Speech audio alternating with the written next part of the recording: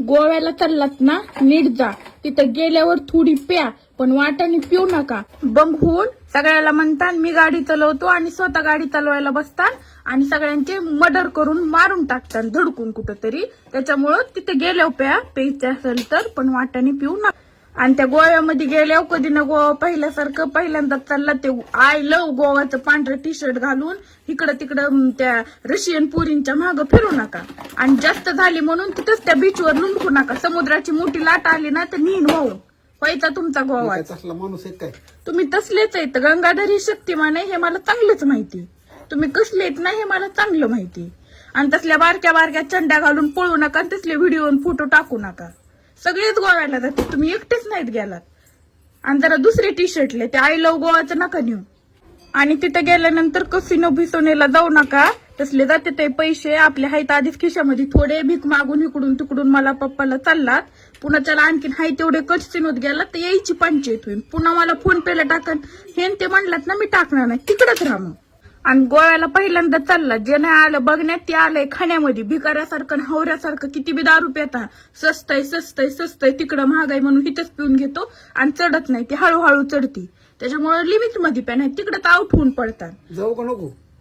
नाही जा, पण सांगते ते व्यवस्थित follow कर. आणि मेन गोष्ट, एक तासाला मला व्हिडिओ कॉल आला पाहिजे म्हणजे आला पाहिजे. नाहीतर मी 2 मिनिटांमध्ये गोव्याचं तिकीट काढीन. आणि तुम्ही पोराचाच ग्रुप जाणार आहे ते तुम्ही इथून म्हणता पोराचा ग्रुप चाललाय ना. अचानक त्याच्यामध्ये 4-5 पुरी ऍड झाल्या आणि त्या माझ्या कुणी नाहीत आणि मला माहित नव्हतं. मी ओळखीत नाही. त्या माझ्या मैत्रिणीच्या गर्लफ्रेंड येतात, मित्राच्या गर्लफ्रेंड येतात. हे असलं अजिबात मी सहन करणार नाही.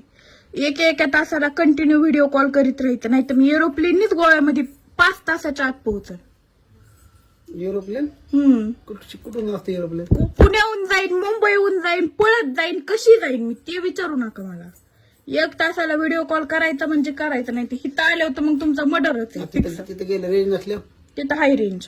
तिथं प्रत्येक हॉटेलमध्ये वायफायची सुविधा आहे. आता गुगल नेट आहे. मी सगळं चट सर्च करून बसले, चट इन्फॉर्मेशन काढली. त्याच्यामुळे अजिबात मला बहाणे द्यायचे नाही. मी तुम्हाला स्क्रीनशॉट सोबत तुम्हाला प्रूफ देईन.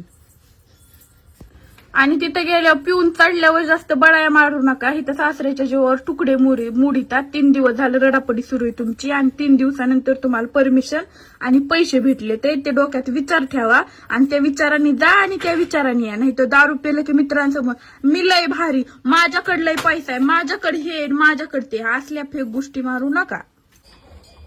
मी काय येडाय का काय? मला काय कळत नाही. तुम्ही येडे नाहीत. तुमच्या थोडी दारू पोटात गेली आणि चढली की तुमचे शोक आहेत ना, शोक ते अशा हाय लेवलला जाते आणि करोडपती सारखे होते. तुम्हाला वाटतं म्हणजे मी माझी काही चिल्लर नाही. बड्या बड्या बातान वडापाव खाता. ही गोष्ट लक्षात ठेवा.